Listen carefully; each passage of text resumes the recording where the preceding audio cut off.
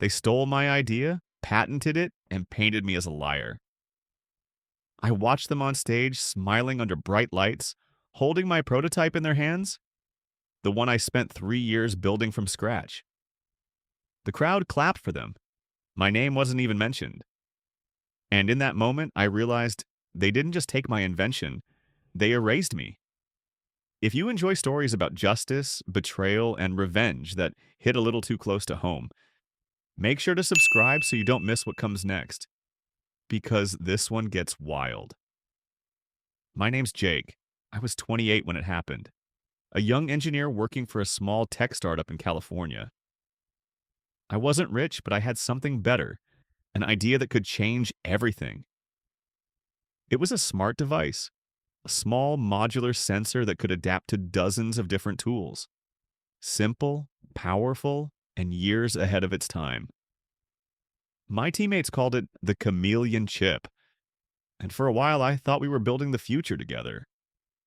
But trust is a dangerous thing in business, especially when money starts talking. The company was run by two guys I once considered close friends, Ryan and Marcus. We used to grab beers after work, brainstorm all night, dream about the day our product would hit the market. We shared everything until the investors showed up. That's when the tone changed. Suddenly, meetings were closed door. Emails went unanswered, and my design files, the core blueprints I'd written myself, started disappearing from the shared server. When I confronted Marcus, he brushed it off. "We're just cleaning up old versions," he said, smiling that corporate smile I'd never seen before. But my gut knew something was off. 2 weeks later, I got the email that destroyed me. "Due to company restructuring, your position has been terminated. Please return all equipment immediately." No warning, no explanation. Just a line at the bottom that made my blood run cold. "All intellectual property created during your employment is the sole property of Chameleon Tech, Inc." They didn't even bother to hide it. My invention, my life's work, that was now legally theirs. I tried calling, texting, even showing up at the office. The receptionist pretended not to know me. Security escorted me out like I was some random intruder. I remember walking to my car, my box of things in hand, watching through the glass wall as they laughed inside. That kind of pain doesn't fade, it burns. A month later, I saw them on TV. Ryan was on stage at a tech conference announcing their breakthrough device, a modular innovation that will revolutionize smart design. My design. They renamed it, rebranded it, and the world ate it up. I sat in my tiny apartment, jobless, humiliated, watching my dream being sold to the world under someone else's name. I could have given up. Most people would have. But I'm not most people. When you lose everything, you start seeing things clearly. And I realized something that night. They might have stolen my invention, but they didn't steal my mind. They couldn't. That's when it hit me. If they wanted my idea so badly, I'd give it to them again. Only this time I'd make it better, smarter, faster, impossible to copy. And when I was done, I wouldn't just take back what was mine. I'd take everything they built on top of it. For months after they fired me, I stopped existing. Days blurred together, just long hours in that cramped apartment, the blinds half closed, the air thick with coffee and regret. I didn't answer calls, I didn't open my laptop. Every time I saw a commercial for their revolutionary tech, I felt a punch in my gut. My invention, my life's work, now had their logo burned across it. At first, I tried to move on. I sent out resumes, met with recruiters, but word spread fast in the tech world. Somehow, every interview ended the same way. Polite smiles, empty promises, then silence. Later, I found out why. Ryan and Marcus had told people I'd been fired for stealing company data. They painted me as the problem, unstable, untrustworthy, and that rumor stuck. I lost more than a job. I lost my reputation. You can rebuild a business, but once your name is tainted, you're a ghost in your own industry. I sold my car to cover rent, canceled my insurance, Started freelancing online, fixing broken gadgets for spare cash. It wasn't living, it was surviving. And every night, that quiet rage grew stronger. I kept replaying that moment in my head, me standing outside the office with a box of my things, watching them celebrate behind the glass. That image haunted me, but the more it hurt, the more I wanted to change it. One night around 3 a.m., I found the old sketchbook, the one with my early designs. There it was, the original concept of the chip, hand drawn, full of notes, ideas, and possibilities I never had time to explore. I ran my fingers over the page and something inside me clicked. I could build it again, but not the same way. This time it wouldn't just be a prototype, it would be the version they could never copy. I didn't have much left, a beat up laptop, a soldering iron, a few components I'd kept out of habit. So I turned my apartment into a lab. My kitchen table became my workbench, cables, circuit boards, notebooks everywhere. It was chaos, but it was my chaos. I worked through the nights, sleeping only when my hands started to shake. My neighbors must have thought I'd lost it, like the hum of machines, the smell of burnt plastic. But for the first time in months, I felt alive. I started improving the design, rewriting the firmware, optimizing power flow, adding features that even I hadn't dared to dream of before. And as the circuits came together, so did I. Piece by piece, line by line, I was rebuilding myself. Still, the fear lingered. What if they found out? What if they sued me again? But then I realized they couldn't claim what they didn't understand. This wasn't a copy. This was evolution, a version that made theirs look like a toy. By the end of that winter, I had something real. A sleek, compact device. Smaller, faster, more adaptive than anything on the market. I called it version 2.0. I'll never forget the night I powered it on for the first time. The light blinked, sensors activated, data streamed perfectly. No glitches, no failures, just flawless performance. I stood there staring at it, and for the first time since they betrayed me, I smiled. Not because it was finished, but because I knew this was the beginning. The fire was back, and this time, I wasn't building for them. I was building to destroy them. I didn't plan to show it to anyone at first. Version 2.0 was personal. It wasn't just a project, it was therapy. My revenge wasn't supposed to be public, but once I saw how flawlessly it ran, something inside me changed. I wanted the world to see it, and deep down, I wanted them to see it too. I filmed a short video in my apartment. Nothing fancy, just me, my workbench, and the prototype. I explained what it did, how it adapted to multiple devices, how efficient it was compared to the competition. Then, as a quiet punchline, I ended the clip with, "Some ideas are too good to stay stolen." I uploaded it anonymously. No name, no branding, no connection to my past. Just the raw product. And I waited. The first few days, nothing. A few likes, a couple of questions from hobbyists. But then someone posted a clip of it on a tech forum, comparing it to Chameleon Tech's product. The difference was undeniable. Mine was faster, smaller, and didn't overheat. Comments started flooding in. Who made this? This looks like a better version of Chameleon's chip.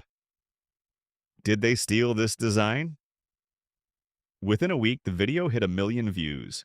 That's when I knew the spark had caught. Suddenly, my inbox was full. Tech enthusiasts wanted interviews. Small developers offered to collaborate. Even a few investors reached out asking who was behind the mysterious V2 chip. But I stayed silent. I didn't want fame. I wanted focus. Meanwhile, Chameleon Tech started to notice. Their social media pages filled with comparisons, memes, jokes, people saying their product was outdated. One morning I saw a headline that made me laugh out loud. Chameleon chip outperformed by unknown competitor. I could almost picture Ryan's face reading that. Still, I knew I had to be careful. They had lawyers, money, power, and a history of burying anyone who threatened them. So I took every precaution: new email, encrypted servers, even registered a small shell company to handle my orders. I was done playing fair. One night, I got a message from an unlisted number. No name, just text. Impressive work. Where did you get that tech? I didn't answer, but my heart raced. I knew exactly who it was. Ryan. For a second, fear crept in. If they figured out who I was, they could sue, ruin me again, maybe worse. But then I remembered they couldn't sue me for something I created. Not anymore. Instead of replying, I uploaded another video, this time a live demo. I connected the V2 chip to multiple devices, showing how it adapted instantly to different systems, self-calibrating without delay. It was everything their stolen product promised, but never delivered. At the end, I smiled into the camera and said, version 2.0, built by the one who started it all. I didn't sign my name. I didn't have to. Anyone who'd been around back then knew exactly who I was talking about. That video exploded. In 24 hours, it hit 5 million views. People were calling me the ghost engineer, the real inventor. Chameleon Tech's stock started to drop, slowly but noticeably. For the first time, the balance was shifting. They had the money, but I had the truth, and the world was finally paying attention. The silence didn't last long. 2 weeks after my second video went viral, I got the first letter. Thick envelope, fancy logo, and a name I'll never forget. Chameleon Tech Inc. It wasn't a message. It was a warning. They were accusing me of violating intellectual property rights and defamation of brand reputation. In plain English, they wanted to shut me down. I sat at my kitchen table, the same one where I'd built version 2.0, holding that letter. They were trying to erase me again, and only this time, I wasn't the same desperate engineer they'd kicked out. This time, I had proof. They underestimated how much I'd kept. Backups, timestamps, original blueprints, emails, everything. I didn't save them out of paranoia. I saved them because I couldn't let go of what they took from me. Now, those files were my weapon. A few days later, I got an email from Marcus. It was almost friendly. Hey man, maybe we can talk this out. I stared at the screen, half amused, half furious. The same guy who'd locked me out of my own project now wanted to talk it out? I ignored it. Then came the interviews. Chameleon Tech's PR team started spinning their story on every platform they could. They called me an ex-employee with a grudge, claimed I was copying their patented product, that version 2.0 was a modified replica of the Chameleon chip. It worked, for a while. Some people started doubting me, saying maybe I was the copycat. That's when I realized public opinion wasn't about truth. It was about narrative. If I wanted to win, I needed more than proof. I needed exposure. I reached out to a tech journalist I'd once met at a startup convention, a woman named Laura. She'd covered corporate scandals before, and she remembered my name. When I told her what happened, she didn't hesitate. Send me everything, she said. If your dates and files match what you're claiming, I'll publish the story. For days, we went through my archives. Every file, every message, every design note. I could see the timeline forming like puzzle pieces. Clear, undeniable evidence that my invention existed long before Chameleon Tech's patent. When she saw it all, Laura leaned back and said, "They're going to regret this." The next morning, the article dropped. Whistleblower engineer claims Chameleon Tech stole invention. Evidence suggests he's telling the truth. It spread fast, trending on forums, social media, even getting picked up by tech news outlets overseas. For the first time, the public started questioning the company's integrity. Their polished image began to crack. Investors pulled out, and the more they tried to defend themselves, the guiltier they looked. Then came the final blow. An invitation from a major industry conference. They wanted me to present version 2.0 publicly, the same stage where Ryan had once stolen my spotlight. It felt poetic, but I knew they wouldn't go down quietly. That night, my phone buzzed again. Another message from an unknown number. Enjoy your 15 minutes, Jake. They won't last. I stared at the message for a long time. I wasn't scared anymore. Because this time, I wasn't just fighting for revenge. I was fighting to prove the truth. And when I stepped on that stage, I promised myself one thing. I wasn't walking off it as a victim. I was walking off it as the man who took back everything they stole. After Laura's article dropped, everything changed. For months, I had been just a name whispered in forums, a rumor, a shadow of a man who might have been wronged. But now people had proof. They saw the files, the emails, the timestamps. They knew the truth. And they got angry, not just for me, but for every underdog who'd ever been crushed by a corporation. Overnight, my inbox exploded. Messages from students, engineers, small inventors, people who'd been silenced or cheated by companies just like Chameleon Tech. They told me I'd given them hope, that my fight was theirs too. It was overwhelming, but it gave me something I hadn't felt in a long time: purpose. Meanwhile, Chameleon Tech's empire started to shake. Investors began to back out quietly. Tech reviewers pulled their products from recommendation lists. Their stock slid lower every day. And the internet did what the internet does best. It turned them into a meme. Clips of my old video, the one where I'd said, "Some ideas are too good to stay stolen," were everywhere. People started remixing it, putting my line next to footage of their CEO trying to defend himself on live TV. He looked nervous, defensive. It was poetic justice, played in real time for millions to see. But it wasn't just about humiliation. My version 2.0 was gaining real traction. I'd launched a small pre-order campaign thinking maybe I'd sell a few hundred units. Within days, I had thousands of orders, more than I could possibly fill. It wasn't just a gadget anymore, it was a symbol. Every sale felt like a vote for the truth. I hired a small team, young engineers, students, and freelancers who believed in what we were doing. We worked from an old warehouse downtown, the kind of place that smelled like solder and burnt coffee. But there was life there. Energy, laughter, purpose. We weren't just building tech, we were building a movement. Still, part of me stayed cautious. I knew the fight wasn't over. Chameleon Tech wasn't the kind of company that went down quietly, and I was right.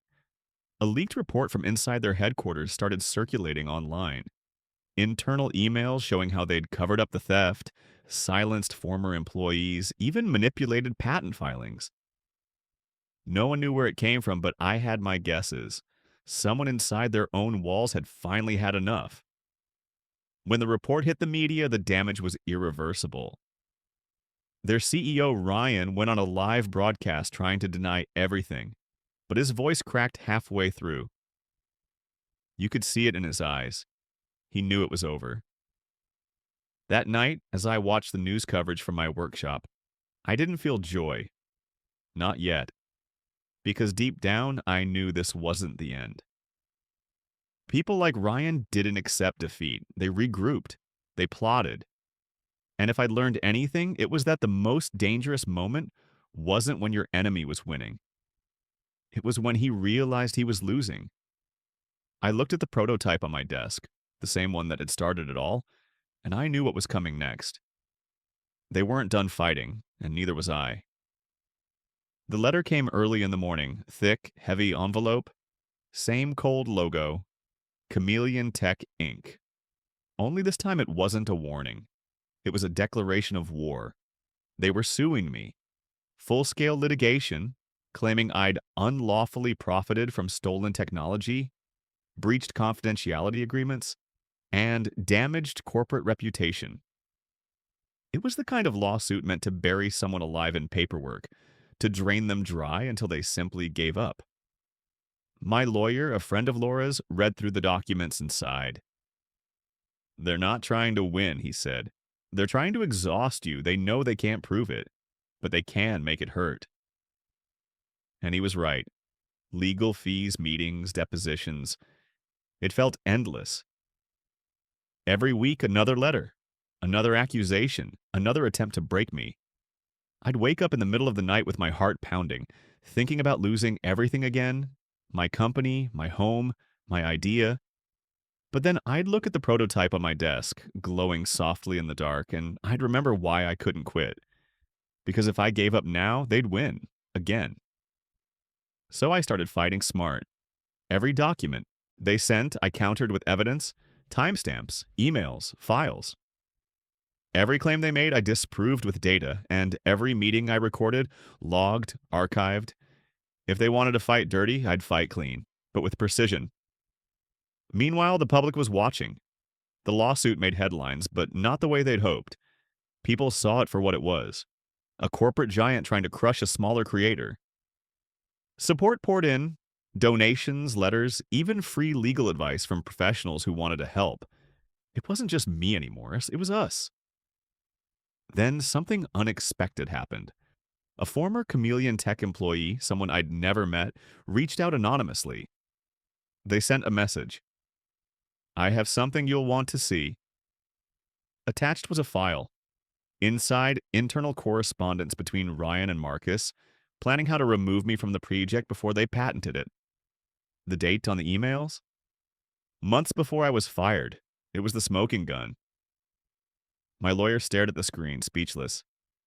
This could end it," he said. But I didn't want to end it quietly. Not this time. I wanted the truth out there, for everyone to see. Laura published a follow-up article. Leaked emails confirm engineers claim Chameleon Tech planned patent theft in advance.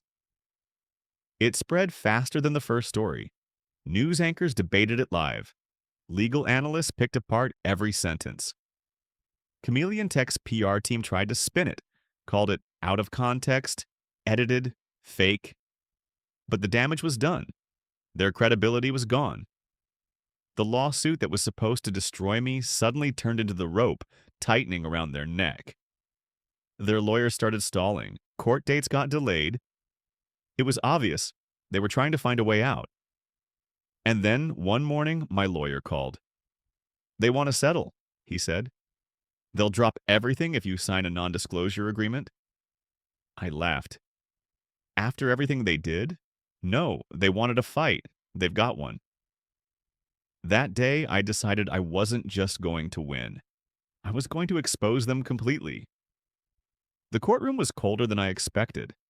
Not in temperature, in atmosphere. Dozens of eyes on me, cameras waiting outside, reporters whispering like vultures around a carcass. This wasn't just a case anymore, it was a spectacle. Chameleon Tech's legal team arrived first. 3 lawyers in expensive suits carrying briefcases that probably cost more than my first car. Ryan came with them, looking smug, but tired. He avoided my eyes, pretending to scroll through his phone. Marcus wasn't there. That said enough. My lawyer leaned over and whispered, "Just tell the truth. That's all you need." I nodded, but I already knew the truth wasn't the hard part. Getting people to believe it was. The company's lawyers opened with a performance worthy of an Oscar. They called me disgruntled, unstable, vindictive. They claimed my new invention was a copy, that my files were fabricated, that I was seeking attention. They talked for an hour straight, twisting every fact until it barely resembled reality. When it was my turn, I stood up slowly, feeling every pair of eyes on me. I wasn't a lawyer, I wasn't rich, but I had something they didn't: proof. My lawyer walked me through the evidence one step at a time. We showed timestamps from the original code I'd written years earlier. Design drafts stored on my personal cloud, dated before Chameleon Tech even existed. And then, the email chain. The one they thought I'd never see. The one where Ryan and Marcus discussed how to phase Jake out before filing the patent. The courtroom went silent. Even the judge leaned forward, reading the printed emails carefully. Ryan's lawyer tried to object, but it was too late. The words were on record. For a moment, Ryan looked at me, and I saw it. The crack in his confidence. The mask slipping. Then came the surprise witness. Laura had tracked down another former employee, someone who'd worked directly under Ryan. She testified that she'd been told to delete my name from internal documents before the patent filing. You could feel the air change in the room, a collective shift. Everyone knew what that meant. When the judge called a recess, Ryan stormed out with his team. I stayed seated, my hands trembling, the adrenaline catching up to me. I wasn't celebrating. Not yet. Because this wasn't just about winning a case. It was about reclaiming what they took. The next day, we presented the final piece, the prototype itself, version 2.0. I demonstrated it right there in the courtroom, showing how it outperformed their product in real time. No tricks, no showmanship, just pure, undeniable function. When the light on the device blinked green, a murmur swept through the room. Even the judge smiled slightly. There was no denying it anymore. The true inventor was standing right there. Ryan didn't return after lunch. His lawyer finished the day with a half-hearted defense, citing procedural misunderstandings and corporate miscommunication. But everyone knew it was over. When the judge adjourned, I stepped outside into the sunlight. Reporters shouted questions, microphones shoved in my face, flashes going off like fireworks. For months, they'd called me a liar. Now they were calling me something else. The man who beat the system. But deep down, I knew this wasn't the end. This was only the verdict in court. The real justice and the kind I'd waited for was still coming. Because I wasn't done yet. Not until I looked Ryan in the eyes and reminded him of exactly what he stole. The verdict spread faster than wildfire. Every news outlet ran the same headline. Engineer wins patent battle against chameleon tech. For months I'd lived under their shadow, but now their empire was collapsing right in front of the world. That week, I barely slept. Not because of stress, but because everything I dreamed of was finally happening. Investors started calling nonstop. Retailers wanted to stock version 2.0, but I wasn't looking for a payday. I wanted to build something that would last longer than their lies. I renamed my company Phoenix Systems. It felt right.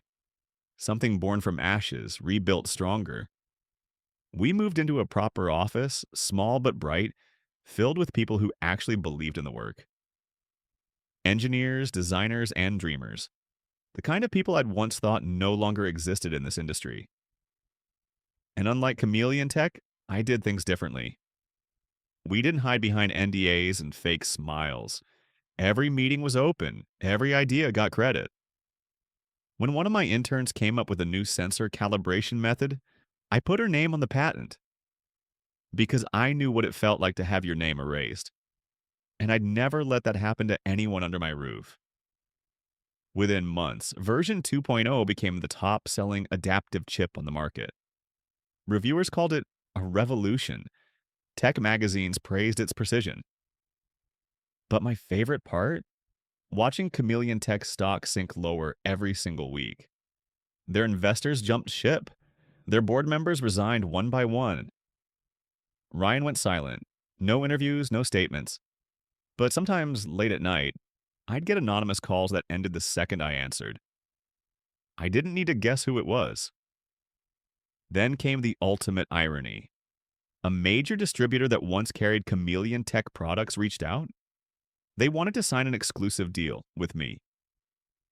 When the contract landed on my desk, I saw their old logo at the bottom of the page.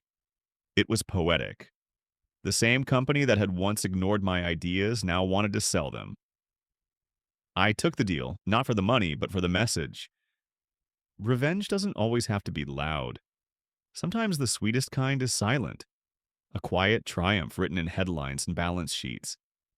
Still, part of me couldn't shake one lingering thought. Ryan hadn't faced me. Not once.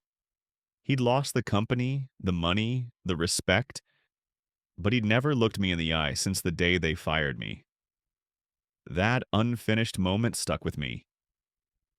So when I got the invitation to the annual Tech Innovators Expo, the same conference where he once unveiled my creation, I knew exactly what I had to do. I accepted. I'd walk that same stage, but this time, The invention, the applause, the name on the screen, it would all be mine. In the days leading up to the event, my team kept asking if I was nervous. Truthfully, no, because this wasn't about proving I was right anymore. It was about closing a chapter that had haunted me for years. On the morning of the expo, I stood backstage looking out at the crowd, thousands of faces, cameras flashing, banners with my company's name. And for the first time, I felt peace. But as I walked toward the stage, I saw him, Ryan, standing near the exit in a cheap suit that didn't fit, looking older, smaller, beaten. Our eyes met, and in that silent moment, everything came full circle. He looked away first. I smiled. Then I stepped into the spotlight. The lights hit my face the second I stepped on stage. The crowd erupted. Flashes, applause, a sea of people cheering for me. The same stage where years ago I'd stood in the shadows watching someone else take credit for my dream. Now the spotlight was exactly where it always should have been. Behind me, the massive screen lit up. Phoenix Systems, version 2.0, the future of adaptive tech. The irony wasn't lost on me. A phoenix, reborn from fire, fitting, considering how much I'd had to burn through to get here. I started my presentation the same way Ryan once had. Confident, calm, rehearsed. Only this time the words were mine. I spoke about creativity, about resilience, about what it means to be broken down and still build again. The audience was silent, hanging on every word. And then, in one simple sentence, I gave them what they'd come for. Years ago, I said, I stood in this very room watching someone present an invention that wasn't theirs. That moment nearly destroyed me. But sometimes losing everything is how you find what really matters.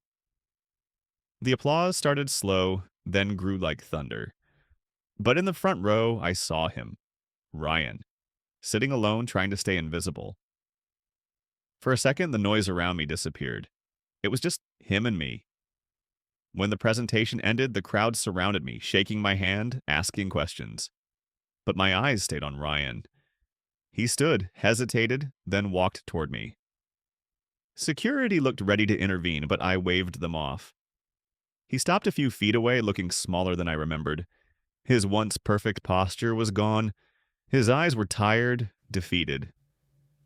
Jake, he said quietly, I didn't think you'd actually make it. I could tell he wanted to sound strong, but there was no weight behind his words. I didn't either, I admitted. Not for a long time. He looked down, then sighed. You got what you wanted. You won. I studied him for a moment. Years ago, I would have wanted to see him broken. I would have wanted to gloat, to throw every word back in his face. But standing there now, I realized something I hadn't expected. I didn't hate him anymore. He'd already done the worst thing he could, and I'd survived it. That was my victory. You were wrong, Ryan, I said calmly. You thought stealing my idea would take everything from me, but all it did was teach me how to start again. He didn't respond. He just nodded slowly, then turned and walked away. No cameras, no statements, no exit speech. Just silence. I watched him disappear into the crowd, and for the first time since that day he fired me, I felt free. Not just from him, from the anger, the need for revenge, the years of bitterness that had fueled me. Later that night, I stood outside the convention hall. The city lights shimmered across the glass windows, reflections of everything I'd built. My team was inside celebrating, laughing, clinking glasses, planning the future. And I realized that this was what victory really looked like. It wasn't about destroying someone else. It was about rebuilding yourself so completely that they no longer had power over you. Before I left, a reporter caught up to me. Jake, after everything you've been through, she asked, if you could go back, would you change anything? I smiled. No, I said. They stole my idea, but in doing that, they gave me my purpose. I walked away before she could ask anything else, out into the night, The sound of the city buzzing around me, my story finally complete. The man they erased was gone, and the one who took his place, he wasn't built from spite, he was built from fire. It's strange how life comes full circle. A few years ago, I was standing outside an office building, holding a cardboard box with my things inside.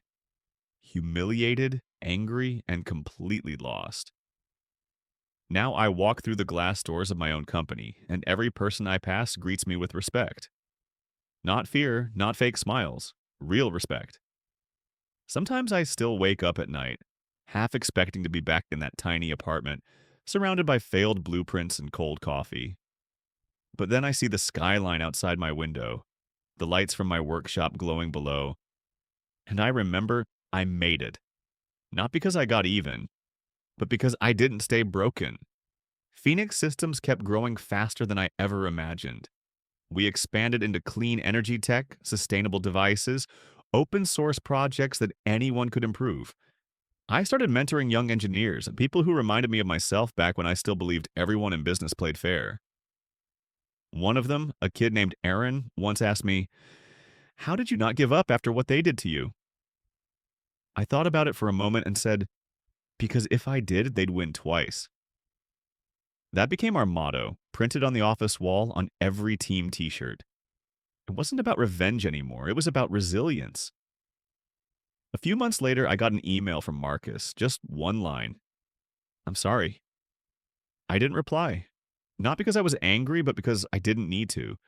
Some stories don't need sequels, some endings are just endings. That same week, I launched the Phoenix Foundation, a fund for young inventors who can't afford to protect their ideas. Every year, we help hundreds of students file patents, start businesses, and chase dreams that once felt impossible. It feels like redemption, not for them, but for me. For the younger version of myself who needed someone to believe in him. Sometimes when I speak at universities, people ask me if I regret it. The years I lost, the fight, the obsession. And honestly, no. Because I learned that revenge doesn't have to destroy you. Sometimes it can rebuild you if you let it turn into purpose. Last month, we hit our first billion in sales. But the number doesn't matter. What matters is every signature on our designs, every name that gets the credit it deserves. That's what makes all the sleepless nights, the pain, the fire, worth it. As for Ryan, I never saw him again. Last I heard, he moved out of state, working under someone else's company. And maybe that's punishment enough to watch the world move on without you. Standing on the balcony of my office tonight, I looked at the glowing sign, Phoenix Systems, and smiled. I realized I didn't need revenge anymore because I already had what they could never steal: peace, purpose, and the power to create again. So now I'll ask you, do you think I did the right thing? What would you have done if someone stole your life's work? If you enjoyed this story, make sure to subscribe so you don't miss the next one, leave a like, and drop a comment. I read every single one. Because sometimes the best revenge stories are the ones that end with a new beginning.